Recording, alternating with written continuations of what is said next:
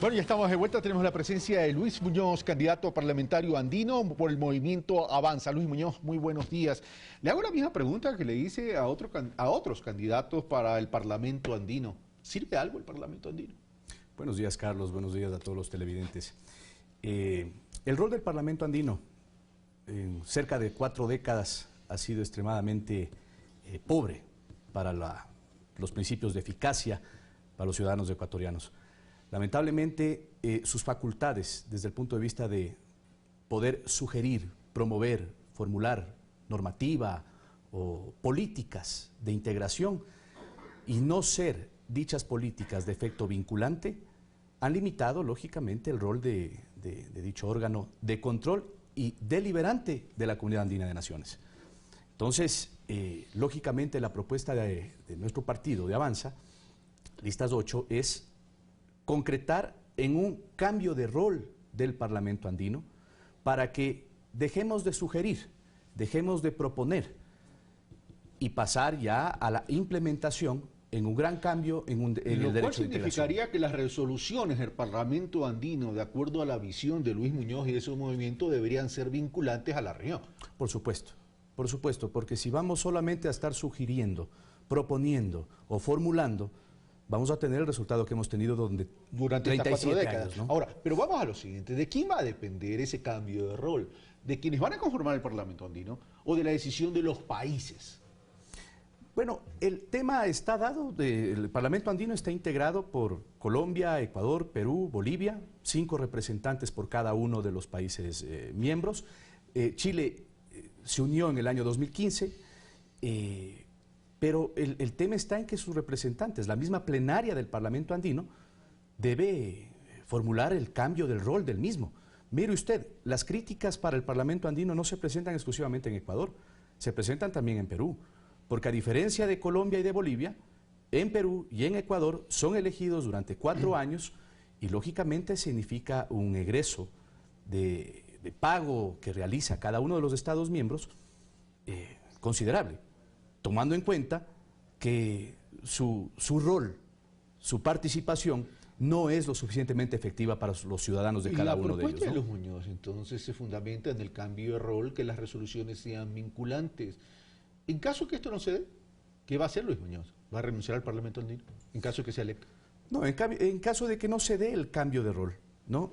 Iremos con propuestas claras, pero lógicamente si es que no se suple la principal problemática, que es el rol de dicho Parlamento, eventualmente hay que pensar en una deserción, por supuesto. Okay.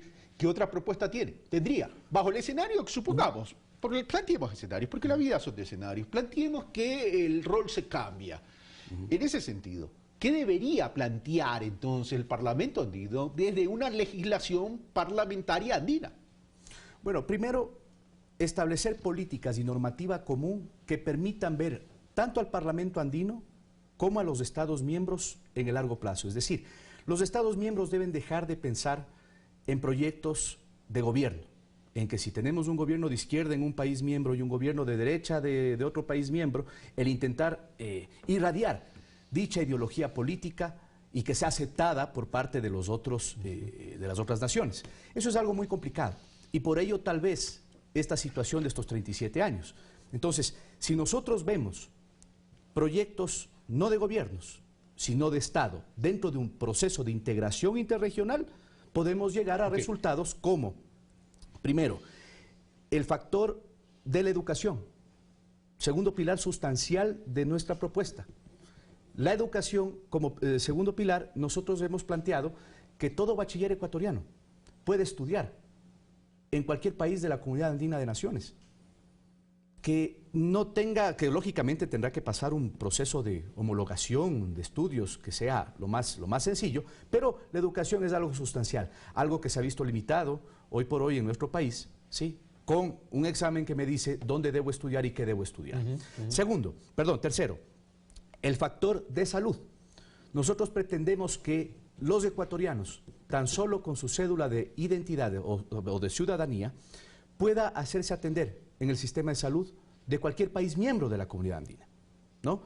Y lógicamente, si nosotros plasmamos este ideal de ver los proyectos en el largo plazo, no de gobierno, no de Estado, sino ya dentro de un proceso de integración regional, dar ese gran paso conforme pasó con la Comunidad Económica Europea para ser la Unión Europea y ser la Unión Andina de Naciones. Usted mencionó, bueno, el primero quedó claro, el cambio de rol, el segundo educación, el tercero salud, pero hay un cuarto, el ejercicio de poder trabajar en cualquier país miembro de la región andina.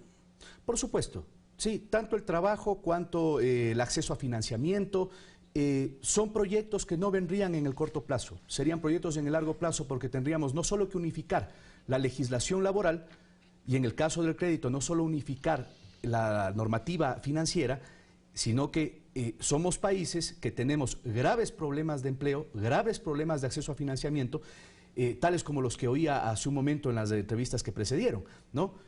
Mire usted, aquí en el Ecuador el 99% de las unidades productivas sí son MIPYMES, micro, pequeñas y medianas empresas.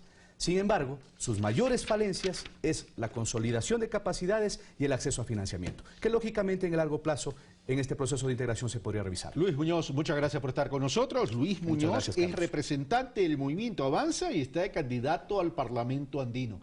Por el día de hoy hemos terminado Pensamiento Crítico, pero quiero hacer un comentario en relación al debate presidencial del día de ayer. No me voy a centrar en mi comentario en quién no fue, en los estilos. Me voy a concentrar en las propuestas de todos los candidatos, de todos, del 100%, de todos. ¿Hay que generar empleo? Sí. Pero ¿se está tratando a profundidad y con seriedad el tema de la generación de empleo? Señores, para generar empleo, primero tenemos que plantear soluciones estratégicas para salir de la recesión. Primer punto. Segundo punto, hay que plantear cómo va a crecer nuestra economía. Si nuestra economía está en una recesión, para generar el empleo es primero salir de la recesión. ¿A cuánto pretenden hacer crecer la economía? ¿A 3 puntos? ¿A 4 puntos? ¿A 5 puntos? ¿Cómo vamos a llegar entonces a generar ese empleo? Es lo que tenemos que debatir, no enunciados. Es cómo salimos de la recesión, cómo vamos a crecer en nuestra economía y que ese crecimiento de la economía se transforme en generación de empleo para tener un verdadero desarrollo social, pero generación de empleo y de trabajo a través de empleo de calidad y trabajo sostenible y permanente.